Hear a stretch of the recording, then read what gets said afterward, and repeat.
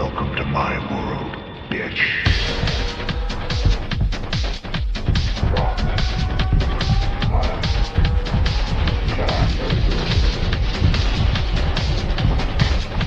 The power of Christ compels you!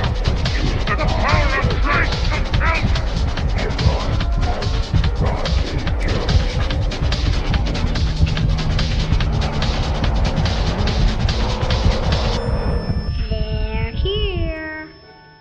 That's right, listeners. We are here. I am Jason Knight. And I am Oscar Spector. And this is the 158th episode of the Supernatural Occurrence Studies Podcast. So statistically paranormal. There was a list of adjectives you said you had to come in with the intro. Yeah. Nice. I didn't think it would get you with that one. That was good. That was good.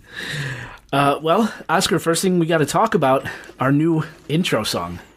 Yes. I am in love with this song. I feel like headbanging to it. It's metal. Feels metal, which is like my favorite genre of music in general. So yeah, it's definitely unique. I think this is going to really kind of bring something new and fresh to the podcast.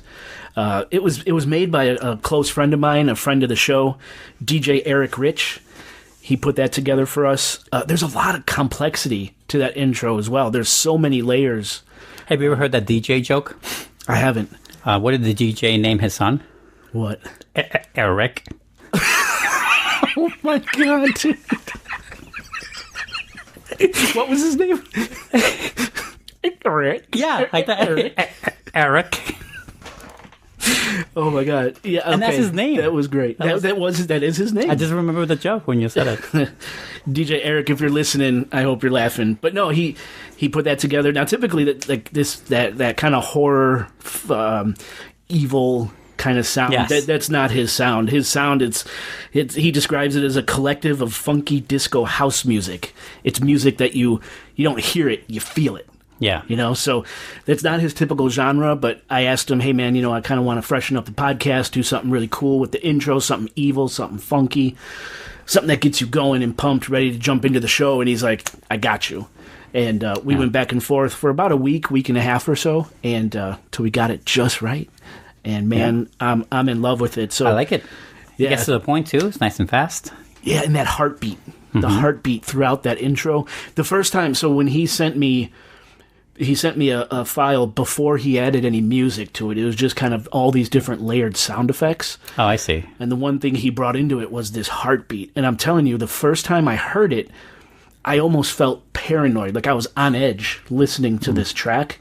And I'm like, dude, you nailed it. I mean, that's the exact feel I want. Right. And then he looped in that music, and it just... Yeah, so I'm really excited. Much like your local news coverage, folks, we also want to scare you right off the bat. Exactly. Right. Get you in the mood, especially for tonight's episode. Mm-hmm. So yeah, thank you, DJ Eric Rich. Listeners, in the show notes, I'm going to have all of his socials. Right. I'll have his YouTube, I'll have his SoundCloud, his TikTok. But just to name them, it's youtube.com/EricRich69. SoundCloud is soundcloud.com/DJ Eric Rich, and that's ERIC. RIC. That's good. Yeah, yeah. ERIC. A lot of people do Ks. No, yeah. Yeah, we don't want that shit. And no, that's fucking K. Get the fuck out of here. Get the fuck out of here. And check them out on TikTok. That's tiktok.com/DJ Eric Rich. Mm-hmm. Listeners, check him out. Give him a like and a follow. His music is fantastic. A collective of funky disco house music that you feel, you don't hear. All right, so new intro. We got a great topic for tonight. Oscar, anything new and exciting been going on with you? I do. I have a foolish story. A story that only proves further, if you weren't sure before, folks, that I am human. This story happened a couple months ago. I went in for a job interview in Rosemont, which is a town adjacent-ish to my city of Chicago. Yep. And it's not too far from me, like 25-minute drive. And I went there for an interview to the outlet malls. My first time there, actually. And I had the interview. It went fine. Didn't get a call back, so not that fine.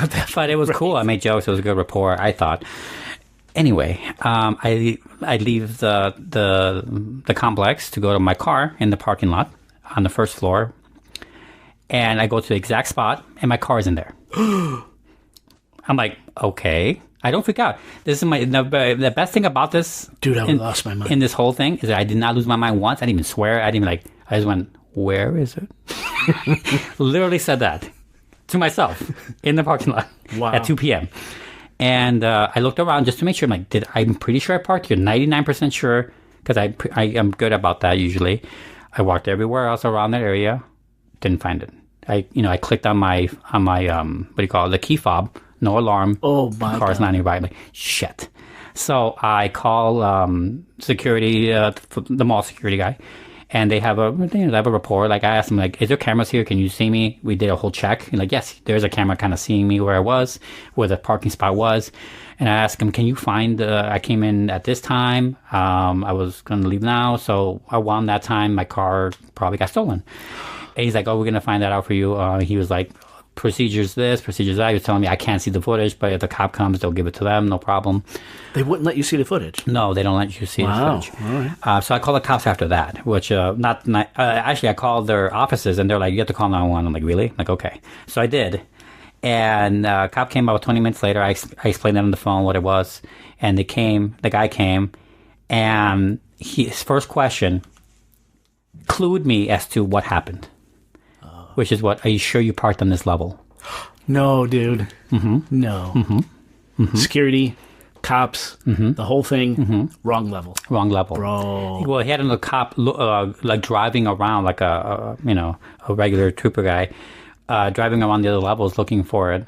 And it was in the exact spot that I thought my car was, just one level up. Oh, dude, how embarrassing. I wasn't like embarrassed like that. It was just like, what a waste of time for them. I felt so bad. Yeah. I offered the guy Starbucks, as there's stores in there. Like, you want something? I'm so sorry for making you drive. Like, dude, that happened, so that's fine, as long as you found it. Wow. And we were talking about it, like, why would someone steal your car? I'm like, I know, it's a piece of shit. That's what I said. Like, that's what I thought. I thought my car was foolproof because it's such a piece of shit. It's not worth stealing. It's been in my... It does happen, though. Right. It does happen. And they're like, I got no hits, because apparently these days you get hits based on your VIN throughout the roads that I didn't know about. It's like a system's in place for this kind of thing, and they haven't had any hits, in the last 2 hours or whatever. And I was so, it was very humiliating, but I didn't freak out once. I felt bad. Nice keeping cool. I would have been out of my mind. I forgot. I also had called my brother to see if he could pick me up. Oh, dude.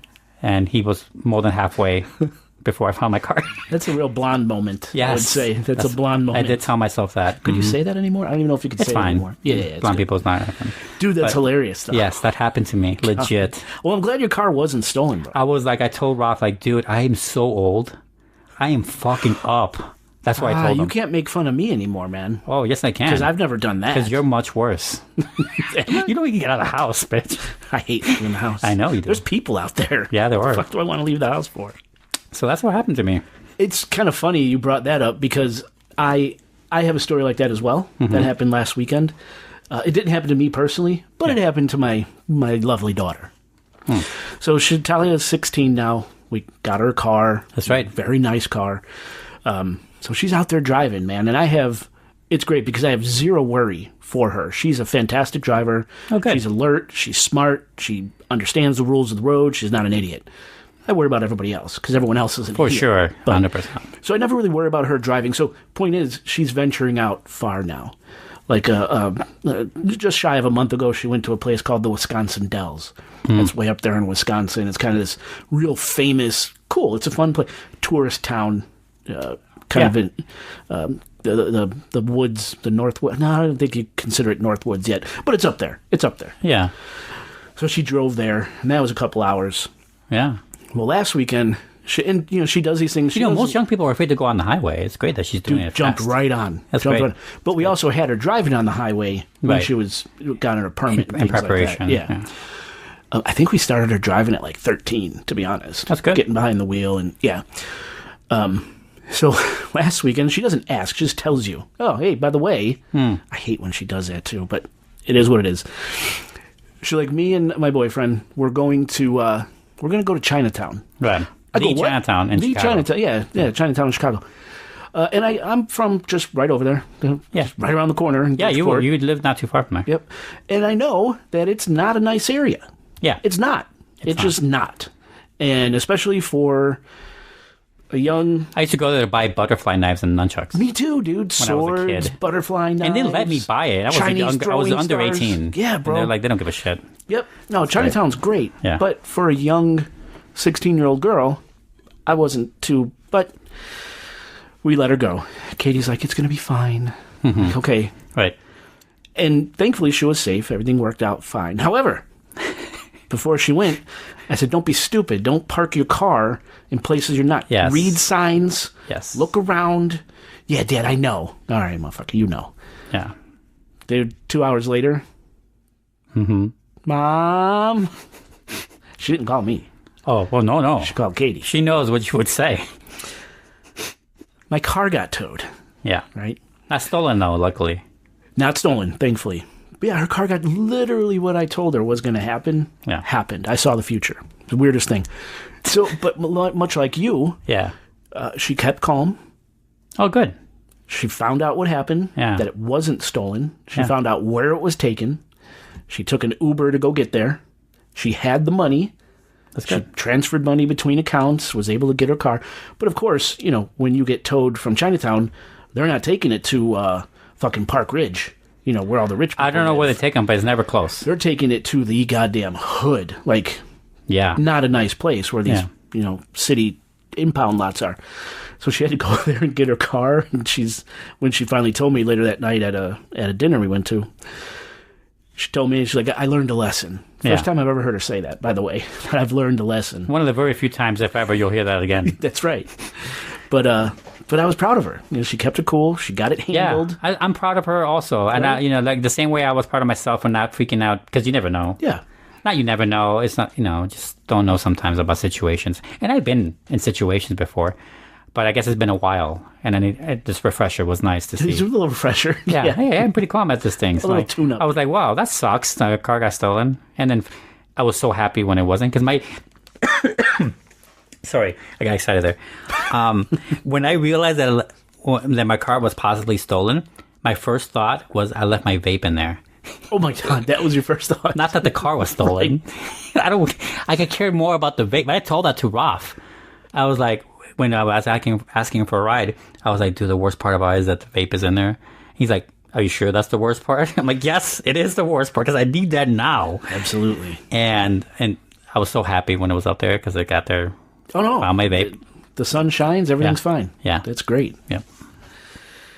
Yeah, so that was my little funny little parent story, I guess, That's great. For the last week. Two car-related stories. Two car-related stories. And, I mean, think about normal 16-year-old girls would have probably fell apart. Oh, yeah, a lot of people would. But A lot of this kid- adults would fall in the A lot of... Exactly. This guy, I imagine my aunt, I'm not going to mention names, not that she listens, Your tia? would totally freak out. Yeah, my tia. Your tia, Would totally freak the fuck out. Right, I would. Yeah. I would freak out, Right. But not my kid, man. She kept it fucking cool. She was cold, man. She got it done. Proud of her for that. That's great. But now I can't wait for her to move out. So tonight we have a part 2 Yes. in our exorcism series. Exorcism. Nice. Nice. DJ Eric. I'm so glad you're trying Bro, this. that was so funny. That's so good. So yeah, listeners. And this is releasing on All Saints Day. Correct. So we're going to need the power of all the saints to help these poor souls that we're going to talk about this evening. That's true. Oscar, can we take a break? Let's do it.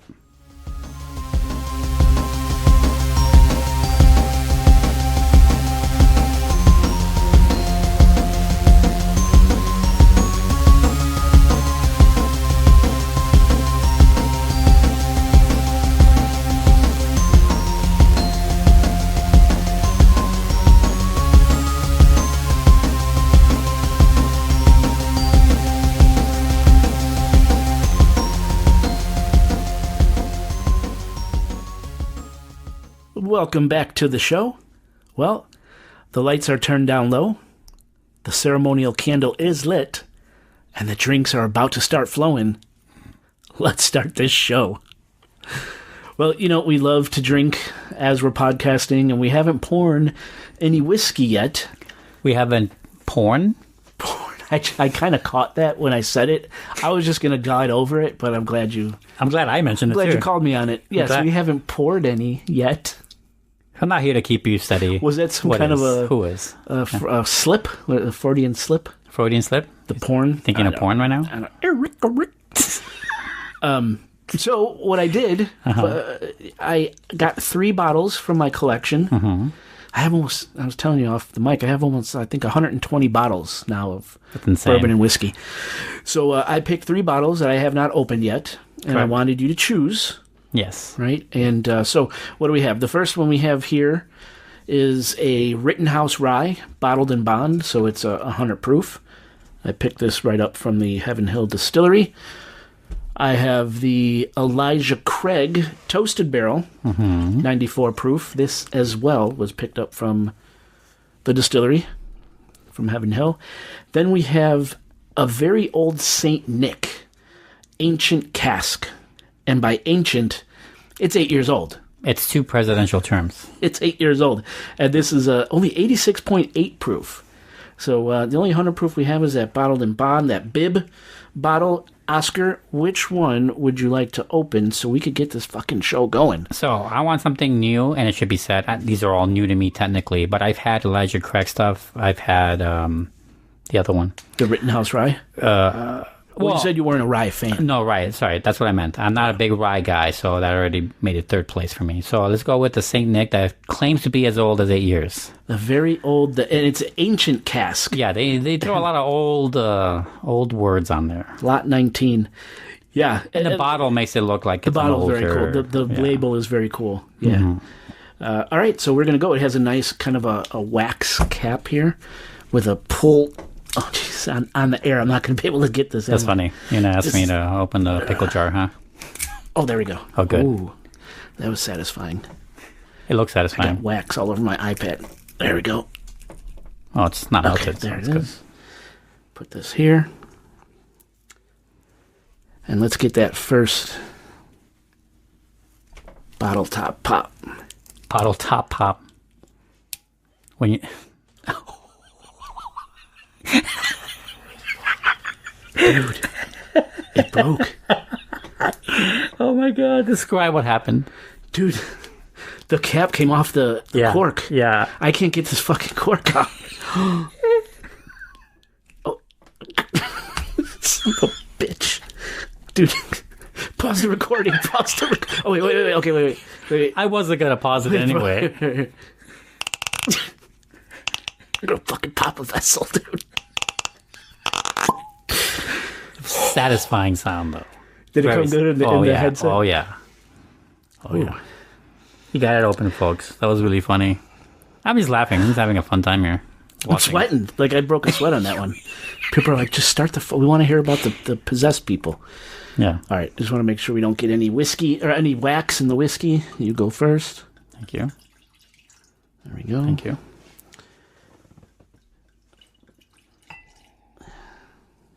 Oh, even smells old. Let's see. Cheers. Cheers, Tink. Let me see what this.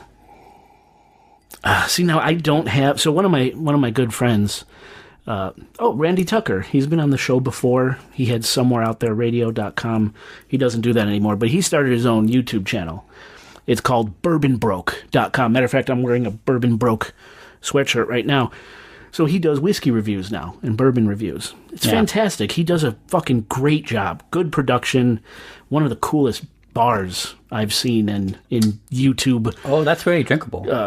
YouTube bourbon review things. He's got the best bar I think I've seen out there. So anyway, go check him out. bourbonbroke.com or Bourbon Broke on YouTube. He has a really refined palate. He could pick out all these amazing different flavors that come in whiskeys and bourbons. Yeah. Me, I just don't have it. For me, it's either it burns or it burns less. Burns good or burns bad. For me, I'm very similar to you. I'm like Thomas Hayden Church in Sideways. I'm like, tastes pretty good to me, to literally every rind. Right, yeah, no, this is good. Yeah, no, I like it. Yeah. I like it. Yeah. That's how I feel. Of course, we could also let it sit, air out a little bit. You're right, we could. But I like it. I mean, it's very drinkable. Yeah. Has this like, you know what? I'm not your friend. I don't know how to describe this. I don't know how to describe It it. has something at the end there. I don't know what it is. A little longer finish. Almost like it wants to be a licorice, but isn't bad like licorice. I've gotten licorice before on whiskeys. Yeah, I'm saying. That's how I'm feeling a little bit at the end. I have a bottle of Willet upstairs that I get kind of a licorice flavor. It's very good. Yeah, this is drinkable. Again, it's not even 80. It's only 86 proof, 86.8. So this goes down really easy. Yeah. Which can be a danger. Okay, there we go. All right. So now the drinks are flowing. Let's start this show. Now, listeners, this is a part 2.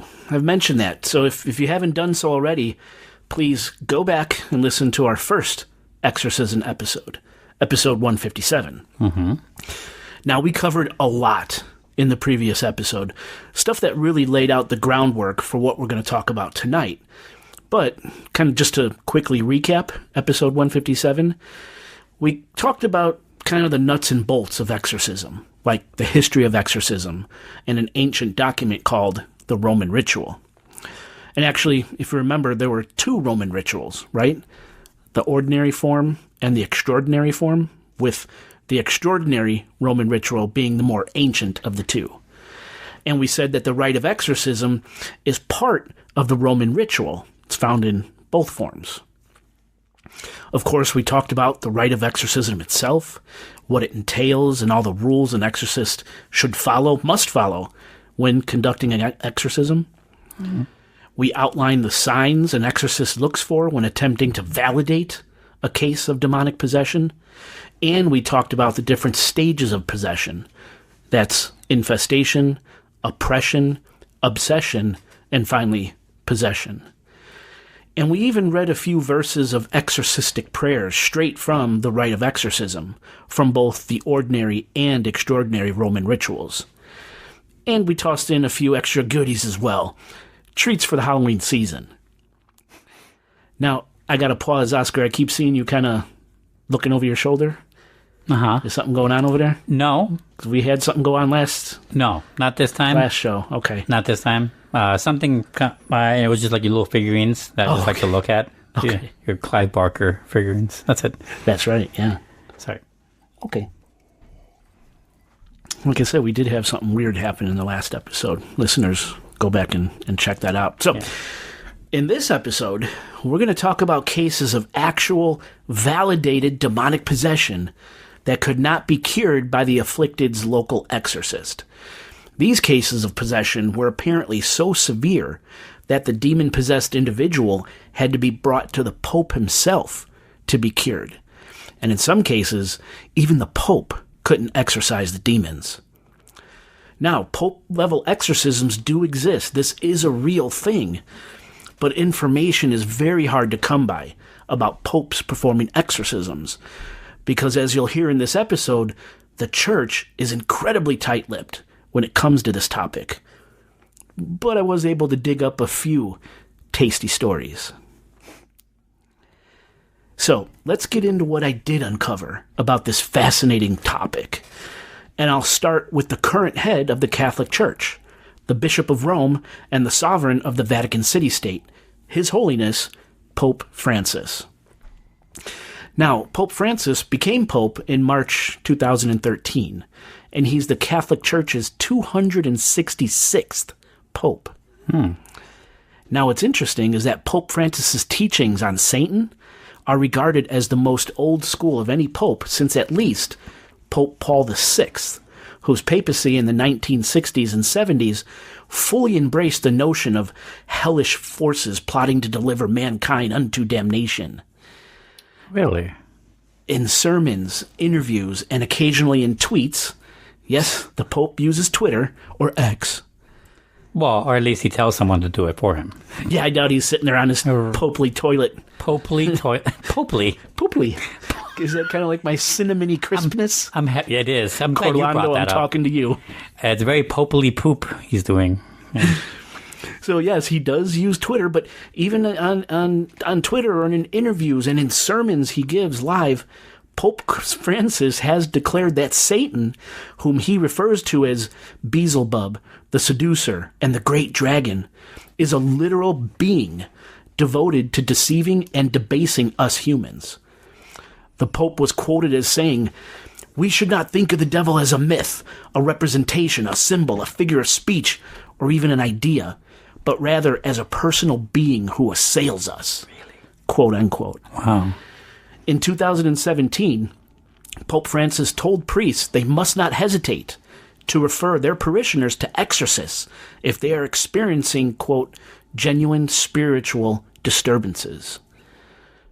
A year later, in 2018, the BBC reported that 250 priests from 50 countries traveled to Rome for exorcist training as part of something called the International Association of Exorcists.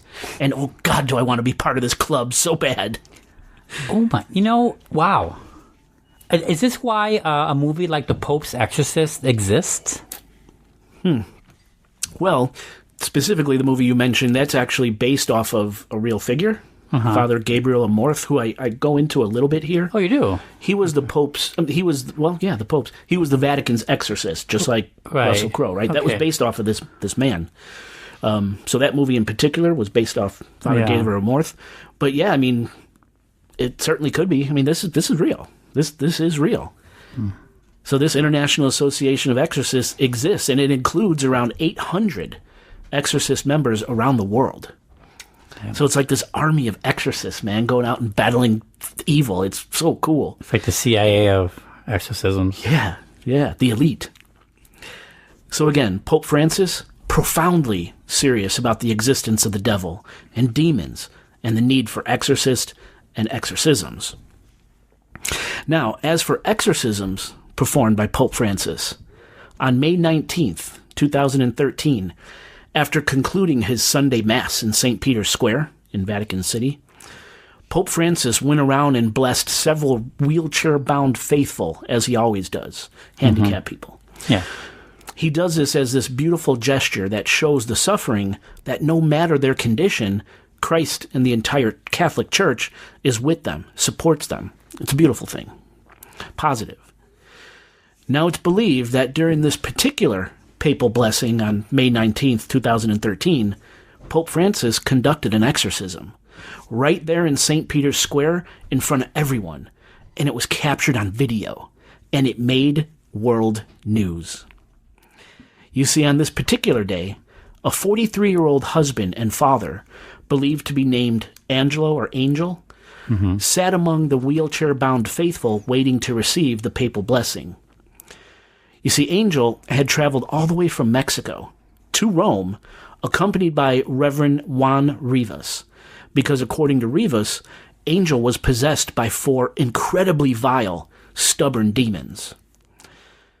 Now, listeners, here's where I really need you to go to the show notes and watch this video that I left there for you so you can see what I'm about to explain. You have to see this.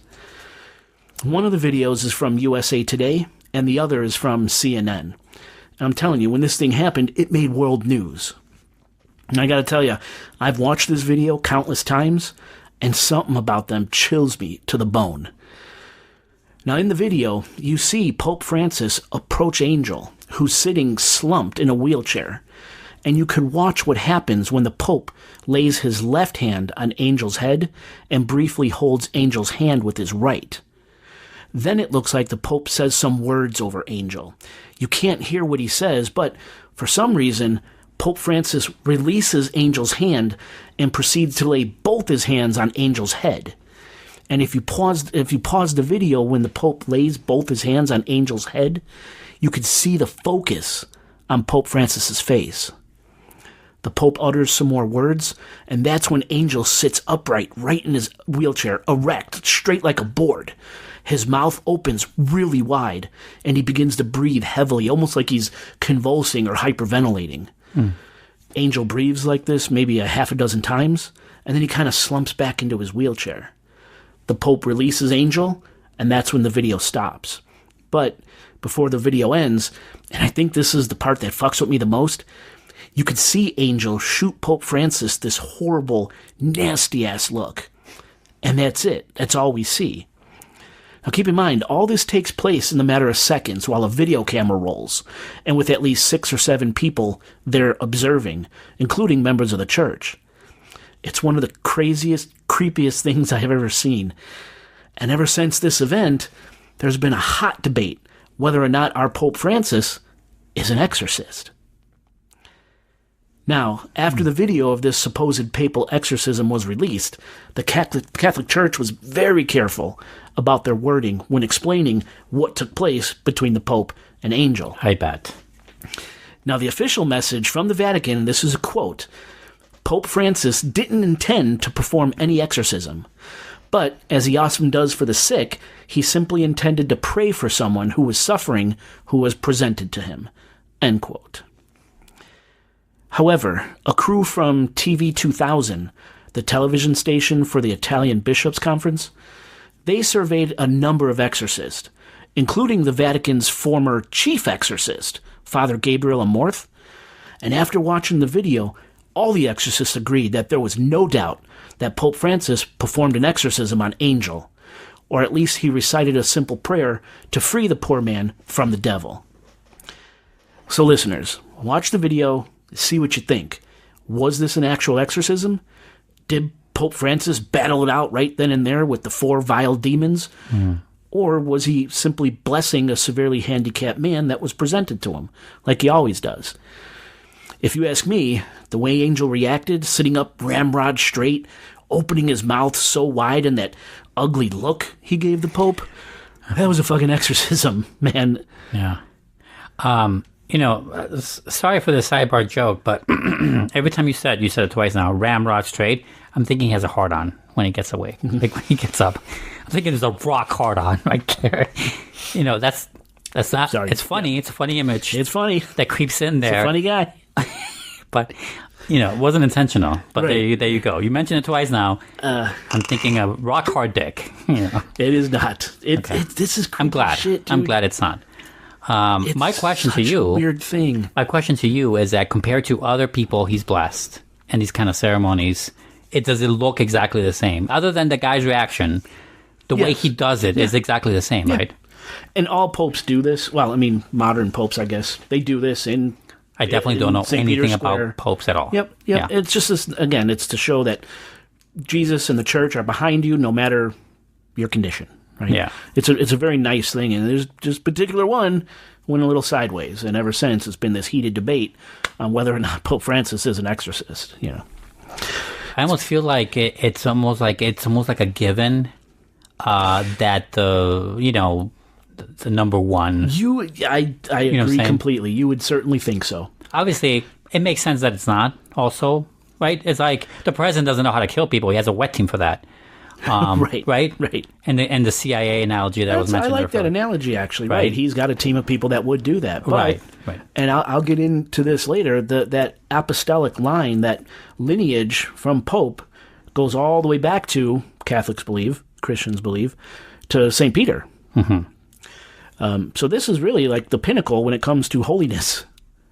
Right. You would think just by that office he has and that supposed direct lineage to St. Peter that he would have this inherent ability to cast out demons. Right. It's not not just a power of respect of the office or the position he's holding, but also the actual lineage of power. Right. Right. You would think. Kind of like the Avatar. Kind of, yeah. The Avatar of Peter.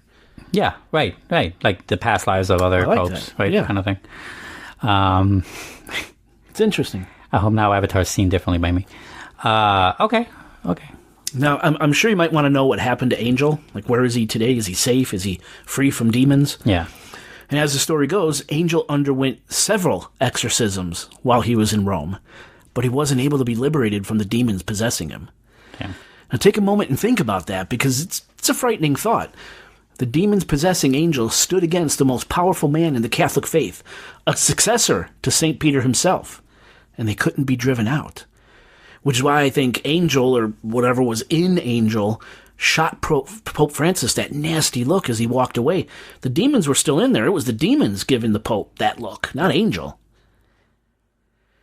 Anyway, I was able to find a November 2020 article from the Catholic News Agency, which said that in 2015, so 2 years after this supposed papal exorcism, Angel wrote to Pope Francis, recounting his story and asking him for the Pope's prayers. In the letter, Angel asked Pope Francis to let him know the time and the day he would pray for him so that he, Angel, could undergo another exorcism in Mexico, with the additional power, the additional oomph of the Pope's prayers behind it, mixed in. The chutzpah. The chutzpah. So in response, on April 27, 2015, Pope Francis offered his morning mass for Angel, and he did it again on May 13th, 2015. Unfortunately, though, according to Angel's spiritual director back in Mexico, as of 2020, when that article was written, Angel was still not free of the 4 demons possessing him. But the director said he was doing a little better, was the quote. Now, apparently, during Angel's many exorcisms, more than one exorcist said that the demons infecting him communicated that they would not depart this poor man until abortion is legalized in Mexico. Just vile. That's never going to happen. It was also reported... Well, not ever, I guess. Well, it was also reported that the demons said Angel would be liberated on December 8th, the date of the feat of the Immaculate Conception, but they never said in what year, the assholes. Right. So as far as we know, Angel is still suffering to this day. And just so you know, currently abortion is not legal all across Mexico. It's only legal in Mexico City and in 12 of the country's 31 states. That's why I took it back a bit, but yeah. Yeah, so it seems like Angel... They also have bluer states than others. Yes. Well, it seems like... If you want to boil it down like that, they don't think of it that way, of course. They don't give a shit about U.S. Like that, anyway, politically. But yeah, they have their... Yeah. But in general, it's pretty Catholic there. Well, 13 out of 31, so it seems like he's got a long way to go if the demons are real. True. For real, and they're not going to leave until it's legalized across Mexico. All right, now, strangely, Italian newspapers noted that the late St.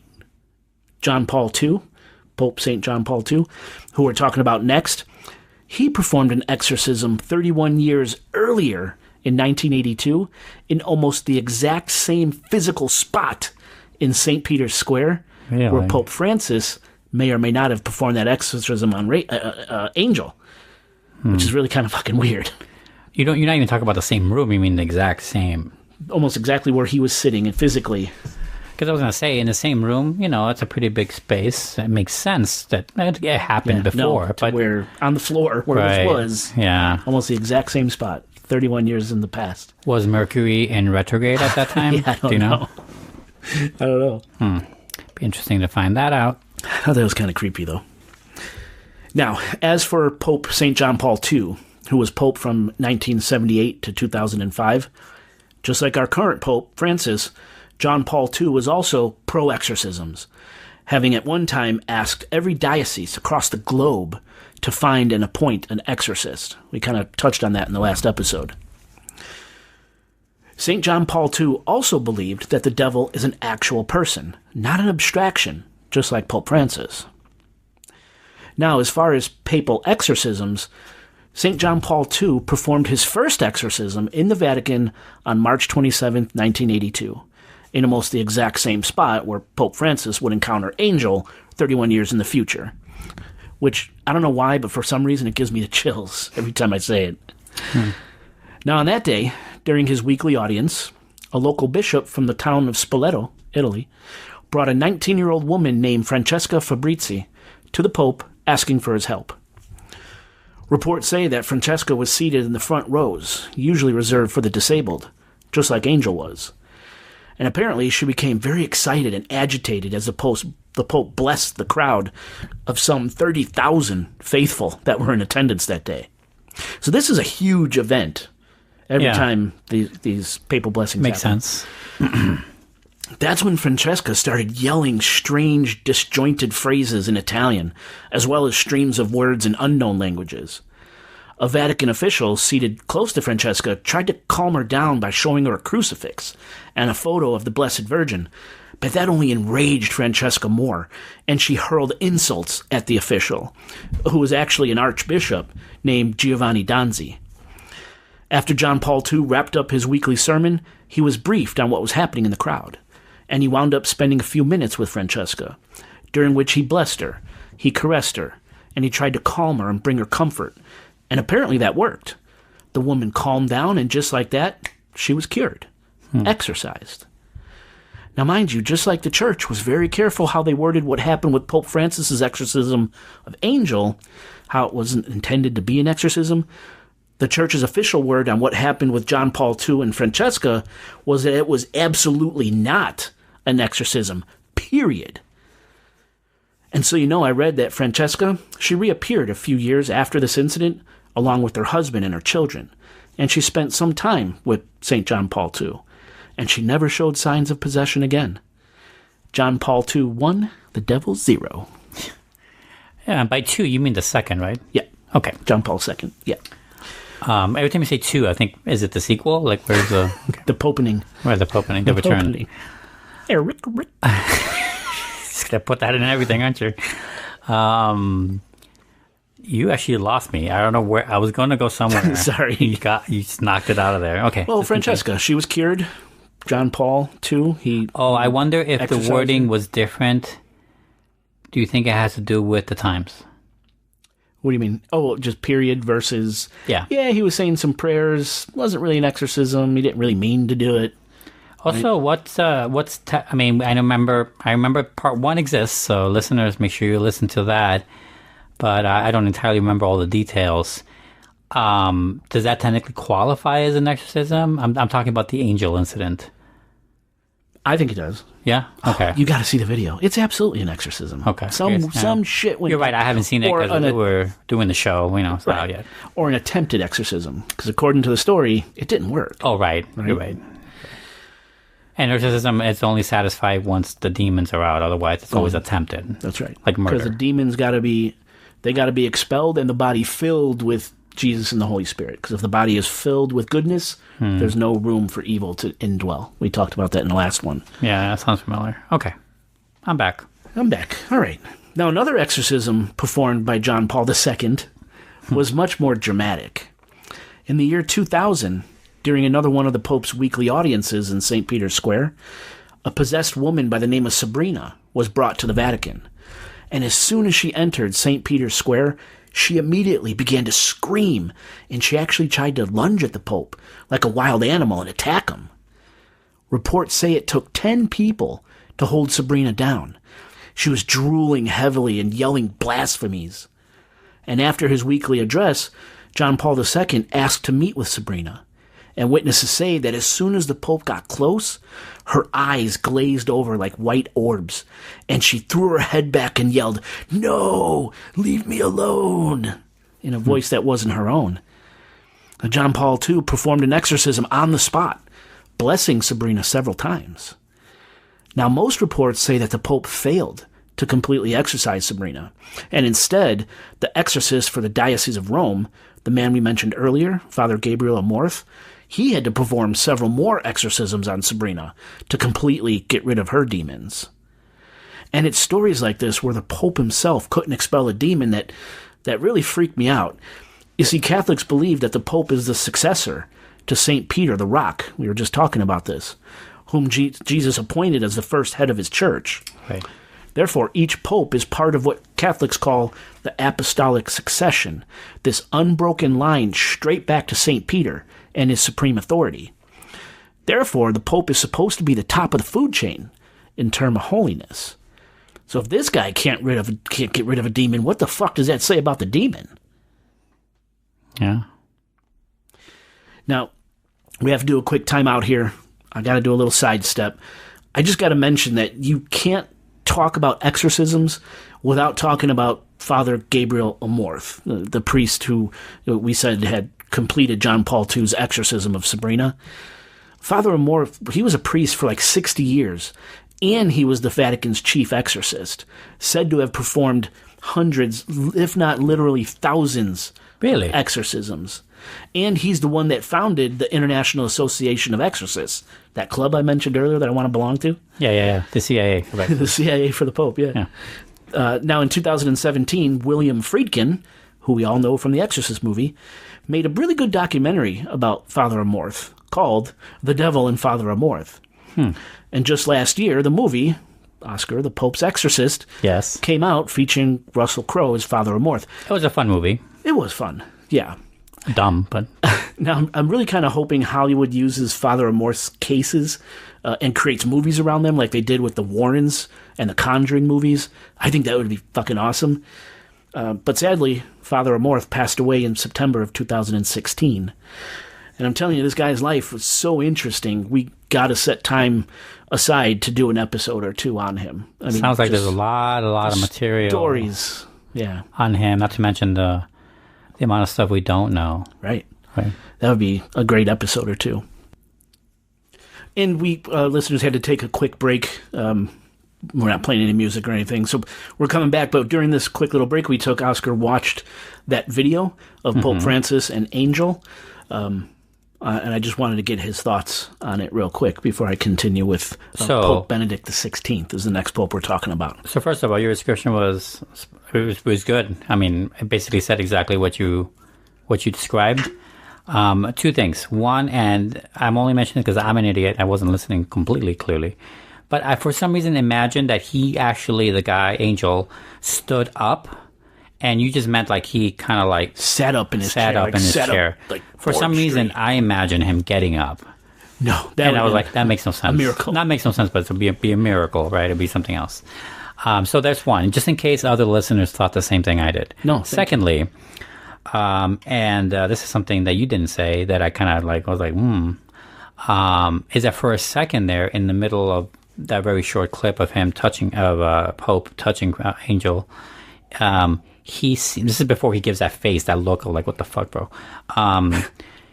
The angel looked older, and then he became younger again. That's so. Dude, to me, that's that's how it looked like when he was like when he had his mouth open. Like for a second, he looked. I thought he was older. I almost said it a lot while I was watching the video. I'm like, oh, he's an older guy. He's not going to make it out very long. And then, the Pope's hands retreated. And I saw his full face more. I'm like, oh, no, he's not. He's like, not my age, but he's younger. And I'm like, oh, wow. Oh. And in my head, like, oh, I thought he was older for a second. So so after seeing that now, and I'm going to have to go back and look and see if his, This is just my first reaction to it. Yeah, see the face change. Do you think that's the demon coming through? I don't know. I mean, the idea of that kind of toll, you think of an immense amount of stress on somebody. You've seen cases, we've seen cases. I think I've been a victim of this case where you get a gray hair or something, right? Oh, yeah. Or God forbid, a whole streak or a whole head of hair, right? Depends on what happens. I famously think of Twin Peaks. Laura Palmer's dad goes through his gray streak phase because of Laura Palmer's murder. That's right. I feel like that kind of amount of stress could fucking age you. A lot of things attribute this to like a presidential term. Also, like Obama, when he went in, he looked a lot younger when he went in. Right. A lot younger. He did not just age 8 years. He aged 80 years. Yeah. So that's how it felt. That's how it seemed to me. It wasn't like I saw the demon. More like I saw the effects of the demon more pronounced because I was so surprised when I saw a clearer picture of Angel that he was younger than I had thought originally. Mm-hmm. Well, I mean, listeners, see what you think. What do you see in that video? Let us know. Yeah. contact@chicagoghostpodcast.com. Anything else on that video? No, we're good. Freaky, though. Yeah. Fucking weird. This shit's real, man. I am 100% a believer. This shit is real. Don't fuck with Ouija boards. Don't fuck with crystals and all that nonsense. Just read the Bible and do good shit. All right. You could fuck with Chryslers, though. Oh, yeah, the Chrysler. Yeah. The LeBaron. What a piece of shit. Everyone had them in the 90s, though. The convertible Chrysler LeBaron. Yeah, I wouldn't know. Anyway, let's talk about Pope Benedict XVI, the Catholic Pope from 2005 to 2013. In May of 2009, our demon fighter friend, Father Amorth, brought 2 men to St. Peter's Square during one of Pope Benedict XVI's weekly audiences. Now, the 2 men, named Giovanni and Marco, began to tremble and chatter their teeth as the Pope approached in his Pope-mobile. And yes, there's a Pope-mobile. Look it up. It's awesome. It's a real thing, yeah. And when Pope Benedict exited his Pope-mobile, both of these men flung themselves on the ground and they began to howl and bang their heads on the concrete. From a distance, Benedict XVI raised his arms and blessed the 2 men. Father Amorth says that at that point, Giovanni and Marco were thrown 10 feet backwards, and they began to sob and cry hysterically because they were finally rid of their demons. Wouldn't it be 5 meters? Oh, dude, I can't do the conversion. I have no clue. It's actually less than that. I have no clue. And now, listeners, I'm sorry, but as I told you guys this in the beginning, stories about popes performing exorcisms are incredibly hard to come by. So I'm going to finish the episode with 2 more stories. Okay. The first story is from World War II. Now, in September of 2020, an Italian journalist named Fabio Ragona published a book entitled Il mio nome è Satana. My name is Satan. In his book, which is based on actual archived Vatican documents that include sworn testimonies from people within the Vatican, Ragona reveals that during World War II, the wartime Pope, Pope Pius XII, who was Pope from March 1939 until his death in October 1958, Pope Pius XII sincerely believed that Adolf Hitler and the entire Nazi Party were under the influence of demons, that there was no other way to explain why Hitler was committing the atrocities that he was other than he was possessed. To try and stop the diabolical things Hitler was doing, Pope Pius XII performed multiple exorcisms on the Führer. The Pope performed the exorcisms from a distance, from a private chapel inside the Vatican. He hoped that by doing this, he could help free Hitler from the influences of the evil spirits inhabiting him and putting an end to the Nazis. And from this, I really can't say if Pius XII's remote exorcisms really worked or not. Unfortunately, there's not a date associated with the story, so you can't really pinpoint when during World War II this supposedly happened.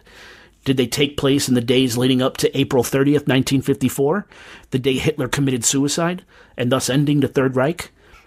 If so, then I'd argue that the remote exorcisms could have worked. On the other hand, if the exorcisms took place when Hitler first started marauding across Europe, slaughtering people by the millions, then I'd have to say no, the exorcisms didn't work.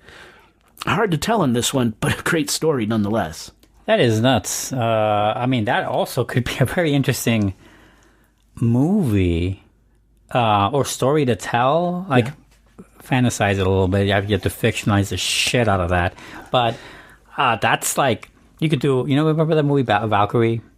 Tom Cruise? Yeah, Tom Cruise. It's based on a real story about one of his colonels or something went against Hitler and plotted an assassination. Obviously, they failed. But it was a real thing, real attempt. They got squashed, of course, and they got murdered. But it's like you could treat it like that, like like the magic version. Not magic. Magic tries to take down the religious faith. But what I mean is that you take the supernatural element version of that, right? The religious version of that. But with a Valkyrie setting, that could be fun. I love it. That could be a fun movie because it's been throughout the ages. Nazis or the Führer, the Third Reich have been demonized, capital D, and rightfully. but I'm saying, like literally demon, like they are demons. They've been seen in cartoons this way. They've been shown in movies and books as this way or that. You think of the Nazi werewolf thing era of horror movies, Like it's not a crazy leap. That's what I'm trying to say. That could be a fun thing. Fun. There's no real thing for me. I don't have a real insight because we don't know enough. The date would be massively appreciated. Yes. Because you can imagine, like, if we knew the date, what kind of speeches were around that era, if you could see a falter or a skip. And also, if I were I the Pope, I would have added Göring and Goebbels to that list. Not just the Führer, because it wasn't just him. No, sure. You're right. But You're right. Yeah. Yeah. I know it's a little vague, but Yeah. it's a great story. That's cool. It's a great story. It's cool. Okay, now my last story isn't about an exorcism on a person. It's an exorcism on an idea. This one concerns Pope Pius XII and is talked about in Ragona's book, Il mio nome è Satana, My Name is Satan. So this is another story from that book, that well-researched, supposedly inside information book, right? Right. Now in the book, Ragona talks about how in May 1958, on the eve of the very important Italian general election, Pope Pius XII performed multiple remote exorcisms to try and ward off demonic influence from affecting the outcome of the election, as there was a very real possibility that the notoriously anti-Catholic Italian Communist Party could win the election against the Christian Democrats, with a man named Palmiro Togliatti representing the Communist Party and Amatore Fanfani representing the Christian Democracy Party. Gesundheit. Now, in this instance, it seemed Pope Pius XII's remote exorcisms worked, as the Christian Democrats won that critical election. 23.32 million votes between the upper and lower houses, compared to the Communists' 12.4 million votes, literally almost half the votes. Wow. So I would say this remote exorcism worked. That's funny. I mean, can you, I mean, I don't even know, on an idea seems a little like using a shotgun to kill a bee kind of thing, like overkill. Okay. Right? Maybe, am I wrong? And like you're trying to, it sounds like it could be dire consequences, right? You How can't so? kill an idea. I mean, you've all seen Inception. Come on. Yeah. You know, supplanting or taking out an idea, it's very dangerous work. And you don't know how it's going to happen or how it's going to fruit negatively afterwards. True. Kind of like the butterfly effect. How it's going to fruit negatively afterwards. And, you know, I'm not saying I believe that this works, but they do. 100%. So to think that they would be, I mean, I know it's a different time. People think differently. I get it. Communism was much more of a real threat. Things like that. I get it. I mean, I don't get it. I didn't live those times, but I get it. So I don't know how dire it felt, but still. Seems like I would have rethought this personally. Not because I'm pro-communism, No. but definitely I'm sick of capitalism. But like in general, I'm saying in general, we shouldn't dismiss ideas. Got it. No, I get it. Yeah. Very interesting. That's cool, though. It is. Here's this little man, this little Pope man, Right. in a secluded room in the Vatican. The fucking Vatican, its own country, right? Yeah. He's secluded in the most holiest of holy buildings, and he's performing remote exorcism. That's how much he believes in this practice, this belief. This reminds me of so many other things that we've talked about on the show. Like one of them is the idea, and I mentioned this before even recently in one of our previous shows from this year, where I mentioned once, I don't remember how the context, but that the power of prayer is a real thing. Like We were talking about that last episode. Was it last episode? I think Okay, I so, wasn't yeah. sure if it was that recent or if it was before. But the power prayer is a real thing, and there's many. You mentioned like 2 examples of that happening, where the remote prayer is a big example of the main head of the successor line from St. Peter doing that remotely is that kind of thing. You know, he has the power of all that. Like, it also makes you take the power of belief into account for a lot of the things that kind of shape the world, like whether we know it or not, things that we can't explain for people who are not religious, maybe people who still are still being governed by things like this because so many people believe it. Yeah.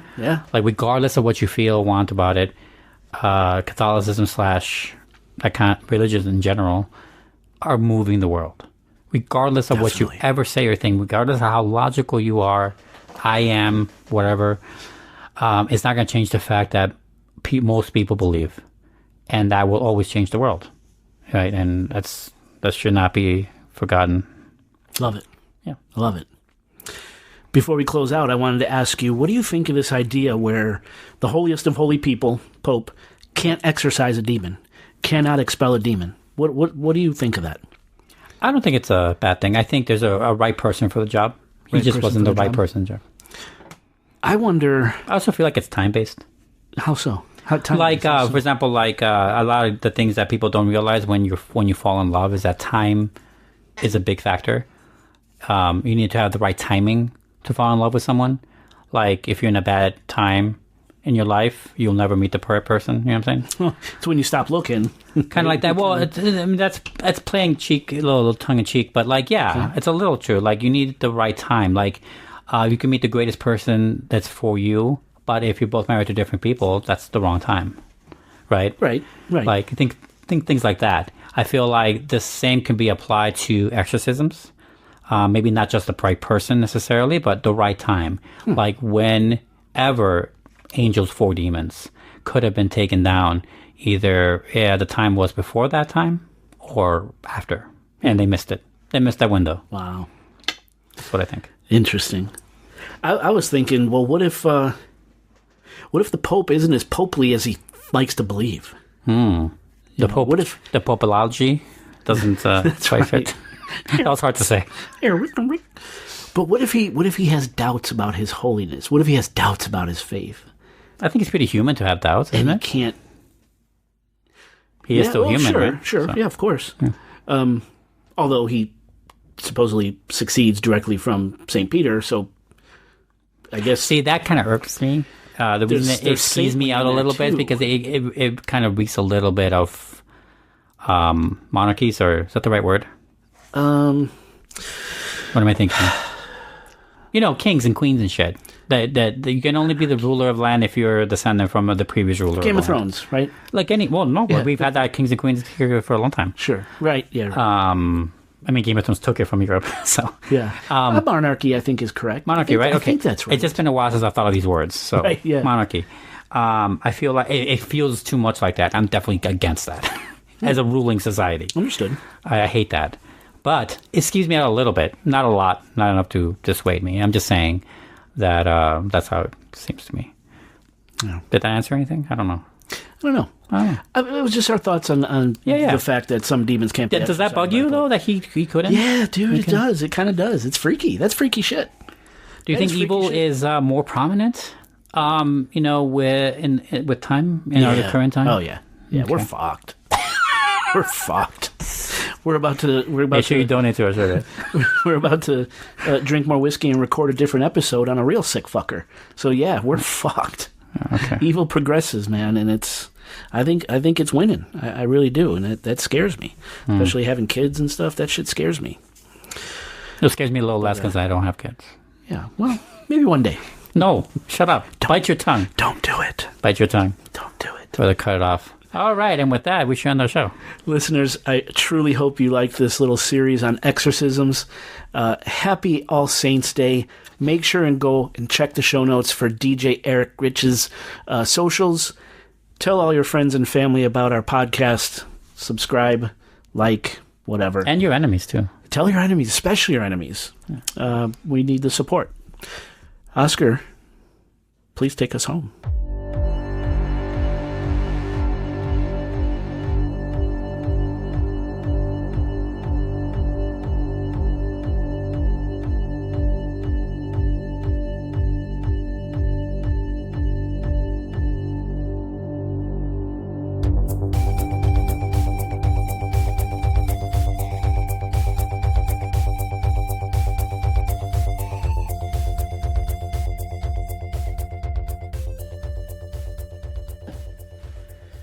Whiskey's meant to be shared, man. Have you seen The Platform? Part 2? Well, preferably both. But Part 1, we really like. Part 2, I love Part 1 when it came out. You like Part 2? I couldn't get into it, man. Why not? Oh, wow. I don't know what it was. I can't tell you what I didn't like about it. I couldn't get into it. Okay. Couldn't get into it. I'm thinking that maybe the thing that you didn't connect to was they added this religious aspect to it. Well, some people could see it that way. I didn't see it that way, but it's possible. I don't know if it was that. I guess I could have given a shit less about the characters. Like, I wasn't... I didn't give a shit about the characters last time either, and I still love the movie. Bro, have you seen The Substance? No, dude, you told me about it. Okay. I want to see it. I've seen it twice now. Did you really? So good. Wow. It's so funny, too. I think it's also pretty funny. I don't know how you'll take it. I think you'll take it funny. I get weirded out with body horror. Like, it's fun, but I get really freaked out with body horror. Mm-hmm. Is it that... I mean, look... Because I'm reading, obviously... you and I are pros with horror. We're pros. Yeah. We've seen it all. It's not gonna... you've definitely never seen this body horror like this, for sure. It's new, but it's not... We've seen extreme. Okay. You know what I'm saying? Okay. But it's up there. It's in the extreme category. It's just that we've seen other extremes. Right. So a lot of people, though, it's brand new. This is horrifying to them. I saw people walk out of the theater both times. So you actually saw that? Saw that happen? Mm-hmm. Wow. Yeah. That's their dumbass fault for not understanding what the hell they're walking into. Well, it's kind of cool that we have something like that nowadays. Well, that's my point. Well, that's what I've been telling people is like, it's all cyclical. We're going to come back to this stuff. Right. Yeah. 70s and 80s, it seemed like that happened pretty frequently. Yeah, it's happened. We just have to push that envelope really far nowadays. We're back then. And we weren't around in the 70s and 80s as much as I make fun of you. We weren't actually around that much. So, like... Yeah, we don't know. In the 70s and 80s, there was also a shit ton of sequels and remakes that people complained about, just like today. Like, it's the same, man. Also, if you just look around, there's plenty of original movies out there. Yeah. That's right. The VHS Beyond. Yes, the one when they were in the airplane. That was great. That was like the best one. Yeah, easily the best one. Yeah, easily the best one. Katie Siegel is one of the directors. Who is Katie Siegel? Katie Siegel, if my memory strikes, I'm gonna double check, is the lead actress from my Married with Children. That's what I thought too. Is it not her? I don't think it is. Oh, is it a different Siegel? Because we watched another movie that had Katie Siegel. I'm like, oh my god, that's cool. Waited the whole movie and Peg never popped up. Really? Yes, so it's somebody else. That's Kate Siegel. They're saying Katie Siegel, or vice versa. Really? Did I get it wrong? I thought it was her. I thought like, oh, maybe another actor, doing movies or whatever, Yeah, no, but I don't think that's her. Do you hear me okay, by the way? Oh, yes, I do. Okay. There we go. This is what I wanted. Oh, okay. So I was both right and wrong. Kate Siegel is both an actor, but it's not. You're right. Katie Siegel is the Married with Children girl. Katie Siegel. Kate Siegel is also an actress. She did in movies with like Hush. She was the lead actress in Hush, and she did a lot of those Netflix horror stories made by that one guy who does all of them. The Bly Manor one, the Haunting of Hill House. Oh, okay, yeah. She's the one with the gloves in that one, with always wearing gloves. Oh, right. That's her. So this is her. You remember her? I don't. So that's pretty cute. Yeah, she's in a bunch of movies and stuff. She's great. She loves horror. She only wants to do horror. And then the other person that did something is, remember that Fur Babies? The dog one. The dog segment. Yes. Yes. That was made by Justin Long. Was it really? Yeah, directed by him. Yeah. But she did the stowaway one. She did the airplane one. So that was, I think, the best one. It's the best one. Fur Babies was weird. Yeah, I don't remember that. Also, I thought they were all supposed to be aliens. I didn't get why the aliens fit in that one, but whatever. I don't think it did. I don't think it did either. As I'm saying. Yeah, I thought the purpose of this VHS movie was all alien stories. Yeah, and that one didn't seem like you're one. right. That's right. So, what was the first story again? I don't know. Yeah, I had the page. It's gone. So you don't want me to go so damn paranormal? Do you want to keep it the same? No. I'm just asking you. I don't know. I mean, I don't know. There's no wrong answer, Jay. I'm just making sure. I'm just trying to think how it would sound like if we play off what she says last. Yeah, that's right. Listeners were here. Oh, I see. Oh, so this could be like part of the new intro from now on, like a staple that's different. Maybe, I don't know. Oh, I see. Just thinking. Oh, okay. I'm down with that. Completely down. I will say I did make a list. I don't have to use it. I made a list of different kinds of adjectives I would use instead of so damn paranormal. Yeah.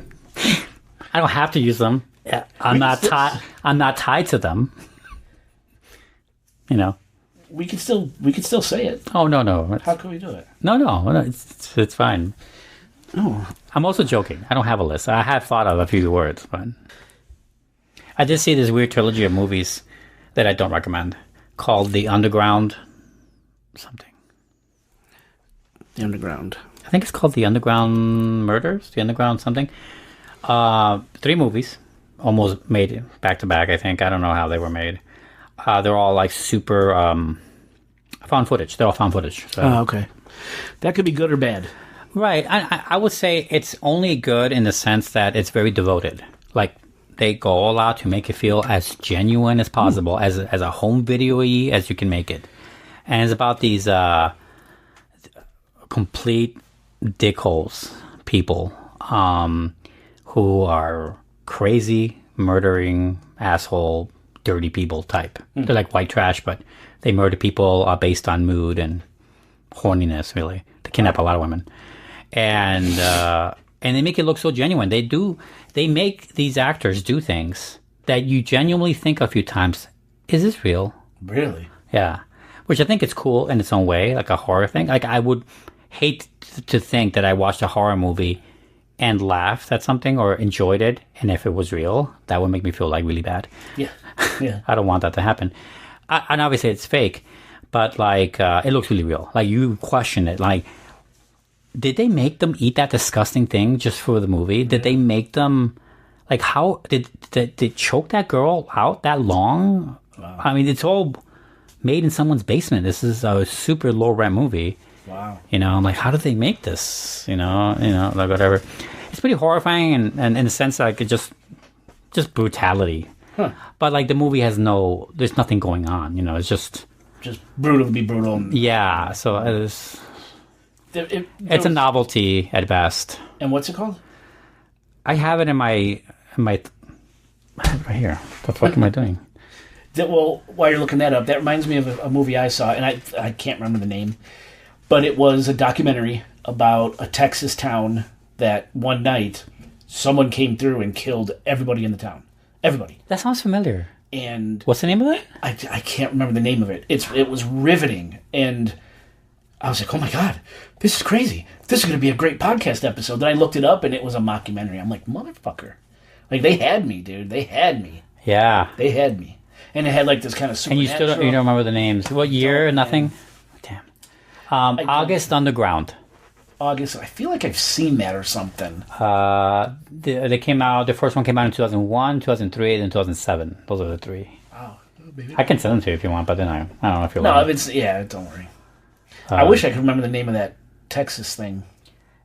It sounds a little familiar, but not that familiar either, so I couldn't tell you. I was in. I was hooked. I was bamboozled, man.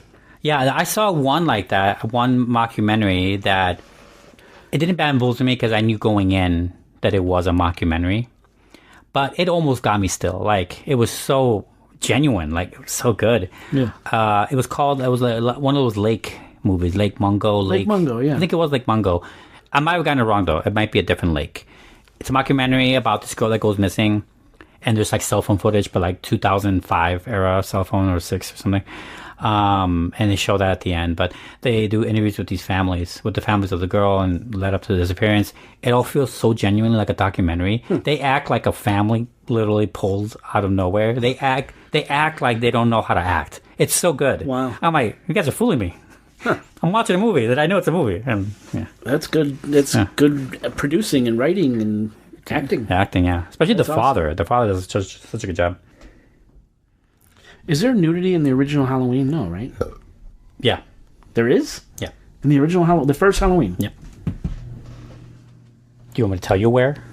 No, because Katie was just asking, like, what's a good Halloween movie to start Nico with? Oh, I mean, it's in the dark. It's, remember the boyfriend that Michael Myers kills, like chokes him to death, the girl before he's fucking, you see her tits. You do? Mm-hmm. He's seen boobs before. You don't see anything else, as far as my memory goes. And you see like a lot of through the blouse kind of nipples, if that matters to you. Because it's the 70s, they didn't have no bras, so maybe even Jamie Lee Curtis, I'm not sure. But yeah, a lot of nipple through the shirt kind of action. Do not show him Return of the Living Dead, though. That girl's naked the whole movie. Yeah. Like, stark naked. What are they so naked, in fact, that I looked her up. I'm like, was she in porn? Like, did they hire a porn star to do this? Because I couldn't believe how they made this actress do all this. And was she just a nobody? No, not a nobody. She did a lot of horror in the 80s. But, like, no, not a porn. I'm like, oh, damn, poor girl. Went to the ringer on these sets. Well, I mean, he's seen Poltergeist. I don't know if he's seen Amityville. He's seen Jaws. He's seen... Amityville is pretty tame compared. No? Am I wrong? Yeah. Oh, I mean... The Conjuring? Has he seen The Conjuring? No. That's a perfect kid. Not kid, but like not violent like that, right? I'll see, that's a PG-13 movie. But only that one. The rest kind of go downhill. I mean, I like The Conjuring 2, but I don't love it like the first one. I don't know. I've been watching a lot of movies. Maybe I can just give you a few ideas. Oh, don't watch Joker. It sucked. Bro. It sucked. What were they fucking thinking? You saw it? No. Oh.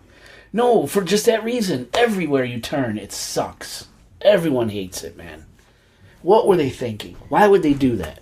The first Joker was fantastic. I loved it. I didn't like it. Oh man, I love. I've always been on the not the hate train on Joker, but I definitely thought that the first Joker is it is a masterpiece in comparison. You know what I'm saying?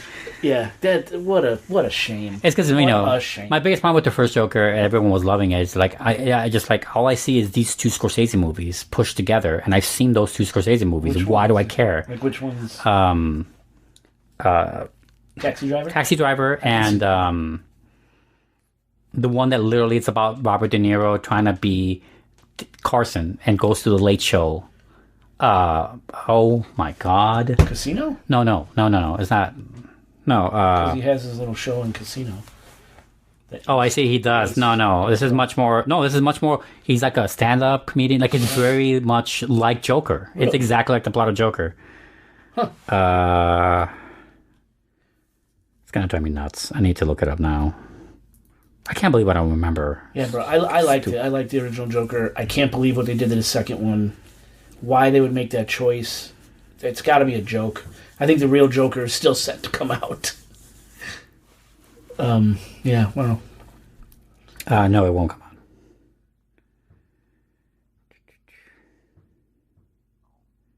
The King of Comedy. Never seen it. Yeah. Good? Oh, yeah. Scorsese and De Niro, it's got to be great. Yeah. A passionate yet unsuccessful comedian stalks and kidnaps his idol to take the spotlight for himself. Very similar vibes. They almost copy a scene exactly like it. I'm like, why do I give a shit about the Joker? I didn't pick up on that. I just didn't like it for those reasons. What about Megalopolis? I saw that too. Dude, people are fucking... Now, that movie is also a masterpiece compared to the new Joker. Wow. I'll say that. And people are... It's not good. Yeah. No. The guy is so out of touch. Who, Scorsese? No, Coppola. Fuck. Coppola, I'm sorry. No, but Scorsese gets better. Yeah, right. No, I fucked that one up. Oh, okay. Were you at a theater when they... Yeah, not my theater. You have to go to an IMAX to see that. You're talking about the interview thing with Spike Lee. Yeah, those. I heard all about it, though. I read so many things. Wait, what are you talking about? It's where there's an interview scene, and... when he comes, like, he talks to the people on screen, like, yeah, I also didn't get that. That's also that was an IMAX for regular people.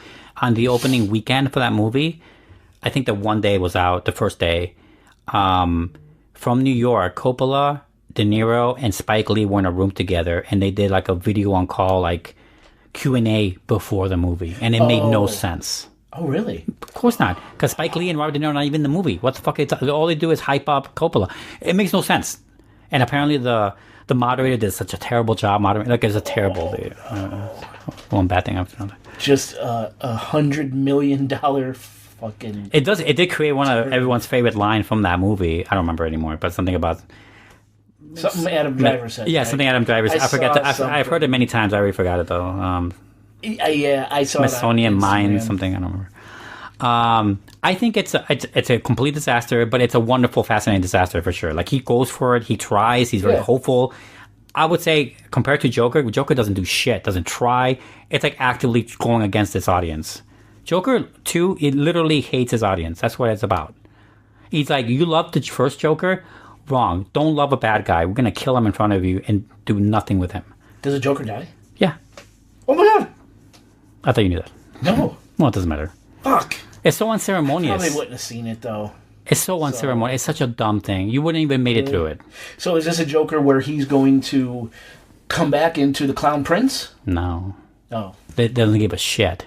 Really? The only fascinating part of the new Joker is Lady Gaga's version of Harley, because in the new one, she has all the power. So she's the manipulator. She is the enforcer of that power couple. Ooh. To be, when they meet. She's calling all the shots. And that was fascinating. Like, I never seen that before. Kind of a cool take. It's never that way. Yeah. But they don't do anything with it. They literally show it just to tell you that it's not going anywhere. So what's the point here? In your it's opinion, a big fuck you. What is the point? My opinion is, and the director has said it, I think, in an interview too. Like, that's how brazen he feels he is. He's like, I spent all this money to make a movie because he hates the fans that love the first Joker. He hates people that love Joker, not the movie, the character. Why? But like because a lot of people, I mean, not you and I maybe, but a lot of people loved kind of like idealizing the anti-hero. Right. kind of like Walter White, I guess. And people were taking it to not extremes, not even a little bit, but like people were talking about that online like that, and that's what he hated. And so he basically made a Joker sequel where he belittled Joker, emasculated Joker with Harley Quinn, and the court thing, and made all the setup and build up to literally end with nothing and do nothing with it and have no connections to nothing about DC or Joker. Not that matters. Doesn't explain shit. It's literally a fuck you to the fans. The whole movie feels and is a fuck you to the fans. Wow. 100%. Okay, so it is the most anti-personal movie I've ever seen that spends that much, because it spent like $200 million to make it. And like, it's ridiculous. So what a waste of money. It made no money, thankfully. Oh, I hope it goes to director's jail, because I never liked that director. Fuck him. So I thought, obviously he's not the same director as the first one. Yes, Todd Phillips. Wait, he did the first one too? Yeah. Yeah, he made a sequel to his own movie. Yeah. Oh my god, I didn't know that. Yeah, he also did the Hangover movies. Oh, he did? That was his first time. Oh. Yeah, that was when he got back. All of them? I think so. I think so. At least the first one. They're funny. Oh yeah, I remember they were being funny. I couldn't tell you anything that happened to them. Yeah. But Mike Tyson. But sure. I love Mike Tyson. I remember Ken Leong, right? Isn't that yes. from the Community? Yeah. Wow. Because my question was going to be, well, what happened to the rights? Like, a new director doing this, don't they have to stay within some sort of parameters or something? Nah. Like with contracts? Nah, it doesn't give a shit. But it's the same guy. Does not give a shit. Wow. It literally... Okay, can I explain to you what a fuck you it felt at the end? Yeah. So at the end, he's in prison. He does not go to jail. And is it at least Arkham? He starts off in Arkham. I think he is still in Arkham by the end. Yeah, Arkham, yes. Any cameos? We see Harvey Dent. That's it. He's the prosecutor against him. And who gives a shit about Harvey Dent? Well, until it becomes they don't do anything with him. I'll tell you that. Yeah. You know. But that's it. Anyway, he gets... this is after Harley Quinn dumped him. His escape attempt failed. He doesn't give a shit about anything. He told the truth, meaning like there is no Joker. It's only been Arthur Fleck, whatever his real name is. And he's like, whatever. It's all depressing and weird and doesn't go anywhere. He gets... the guard is like, we got a visitor for you. He goes out to walk there, and one of the other prisoners confronts him and shanks him to death because he was one of his big supporters, but they're all insane there. So he was one of his big supporters, and when he confessed the truth on live court TV that there is no Joker and all this, he's like, he got butthurt about it, got offended, so he shanked him on this hallway on his way to see a visitor that we never see. We don't know who came to see him? Not even close. It could have been Batman. It could have been... That's the fuck you. Among many fuck yous in that movie. And that's how it ends. What the fuck, man? It's a terrible movie. Terrible movie. Don't watch it. I'm saving you. Wow. I'm saving you from yourself. Yeah, see, that's such a bummer. Honestly, I'm saving you from the rant. That honestly, I would have loved to hear, because you rant really well. But, you know. Wow, dude. Yeah, because I remember when I first heard there was a Joker 2, I'm like, fuck, yes, can't wait, you know? I mean, I was interested. I picked it. We're reviewing it. We're reviewing it on the show, because I picked it before I saw it, and I was like, I'll pick Joker 2. Why not? It's a big movie. I'll review it. Did not know it was going to be that bad. Wow. I regret picking that movie. Yeah, I mean, when I heard Lady Gaga, I'm like, okay, I could buy into that. She's nuts. Right. It's also a little bit of a musical. Exactly. So then when Which didn't bug me. When I heard musical, I'm like, wait a minute. What's happening? I think that could be fascinating. You could make a fascinating movie with that. The movie is also barely a musical. It takes a lot of music that isn't original, which I think it feels weird in the movie. And no, Lady Gaga's great in the movie. It's just that she has nothing to do. Nothing of value to do. Yeah.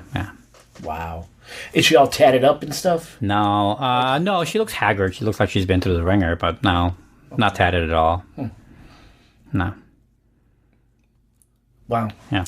That sucks. It does. That really does suck. There's a really pathetic sex scene with them. Oh, really? Yeah. And I really like... I mean, Joaquin Phoenix is giving it his all, but it's just... I really like Joaquin Phoenix. You know, he's not in charge. He's just an actor. I like everything he does. Yeah. I mean, I didn't like Beau's Afraid, but he was great in Beau's Afraid. I haven't seen that one. But oh, you haven't seen it? Everything I've seen. Just watch the first hour. Really? It's so good. Like, the first hour is amazing. Okay, the second and third, you know, it gets fucking crazy. I don't know why we missed it. I remember which one you're talking about. I don't know why we missed that. It's just, I tend to like so everything funny. He does. It's just so funny, that the first hour of that movie. There was also some articles about him at the very last minute walking off a movie or something. Yeah, he walked out of like a lot of these actors. the director that made May December, which was my number one movie last year. He walked out of his new movie, and that everyone was definitely disappointed with that. Did they ever say why? Wasn't it some like homosexual? No, stuff? I don't know about that. I heard that mentioned. I don't know if it's like a rumor as opposed to the truth. He gave an interview about it. I don't remember what he said. But I think it's about creative differences regarding the character. I think that's what it was. And he just walked out, though. He just walked out like that. He said, fuck my contract, I don't care. Yeah. Wow. Yeah, so they halted production and everything. There's another actor. Have you seen Rebel Ridge? Andrew Garfield? Who was in it? No. Wasn't he in a war movie? Oh, no. Rebel I know what Ridge? you're thinking of. You're thinking of something Ridge. Yeah, Right. the war movie with Mel Excellent. Gibson. Was Mel Gibson in it? Not with Mel Gibson, sorry. He directed it. Oh, maybe. Hacksaw Ridge. Hacksaw Ridge. Yeah. Yes, that was a long time ago. All right, so this Rebel Ridge is from this year. It's a Netflix movie. No. Great fucking movie. I love that movie. Rebel Ridge is amazing. But the lead actor, the black guy in that character, that was supposed to be played by who's the Star Wars guy again? Who? The Star Wars guy, the only black guy in Star Wars. I know it was not the only because Lando Calrissian is black too, but I mean from the new era. I forgot his name. Fuck. Kai. I forgot his name. No, his name is Fenn or Finn. Fenn, that's it, Fenn. But I forgot his actor's name. What's his I actor? don't remember his name. Well, whatever. That guy, he was supposed to be the lead actor in Rebel Ridge, and he just walked out, and people like calling him, and he's just like, "Oh, I was out of the country." He just left that production out of nowhere, and they contacted this guy. Nailed it. He should have stayed for that movie. That movie was great. Wow. But Did they ever find out what happened to Fenn? no, I mean it's not like people lost him, but he just left. Yeah, but And- why would you do that? Like, Actors aren't are you weird. walking away Actors are all fucking crazy. I'm $50 telling million? you. Like, what the fuck? I don't know. Crazy. Well, I don't know. He's done Star Wars. I don't think he needs it. I guess, but True. Wish I had that problem. yeah. But getting back to the root. Not to mention that Joaquin Phoenix also doesn't need money. Joaquin?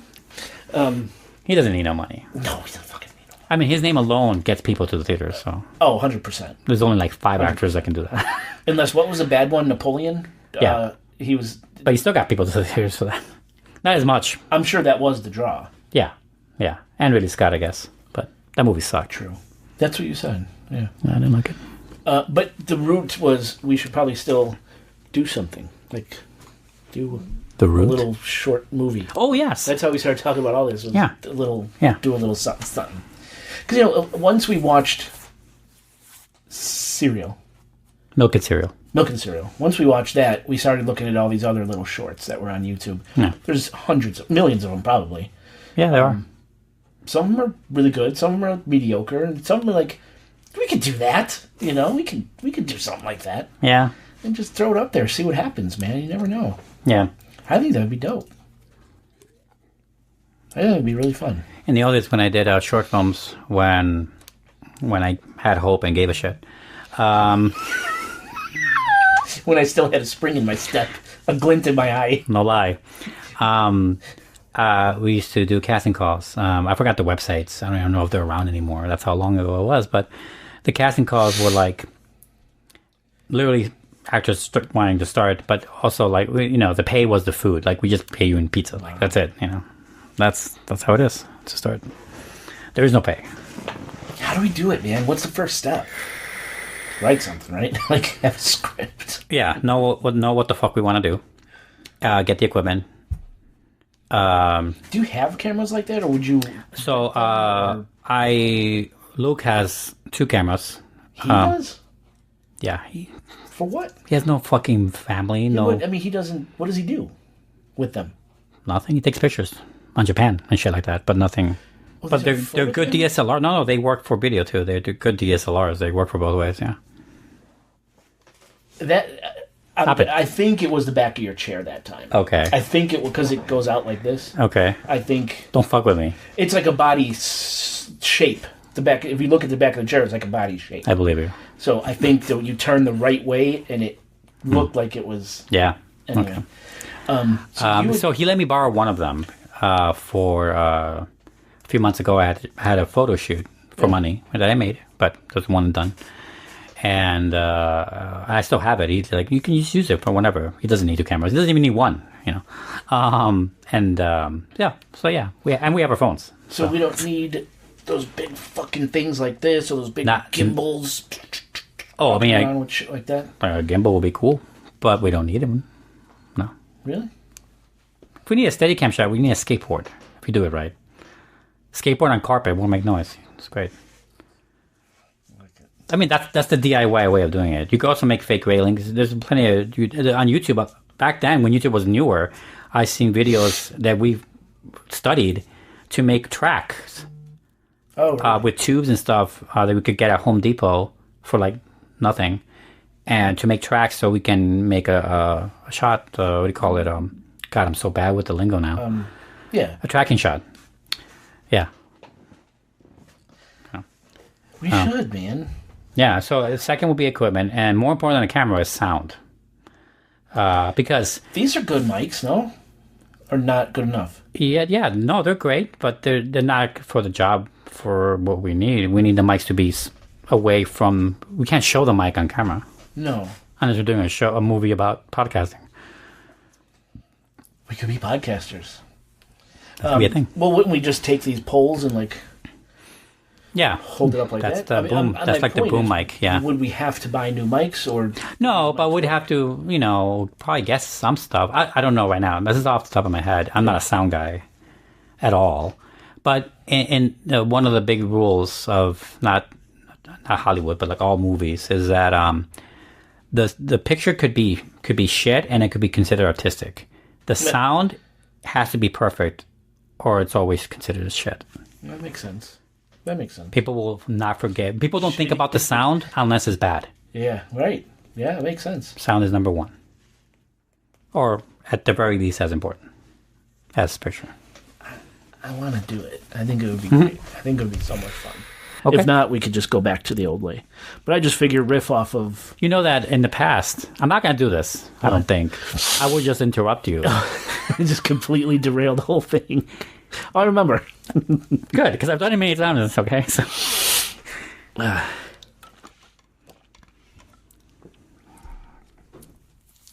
right.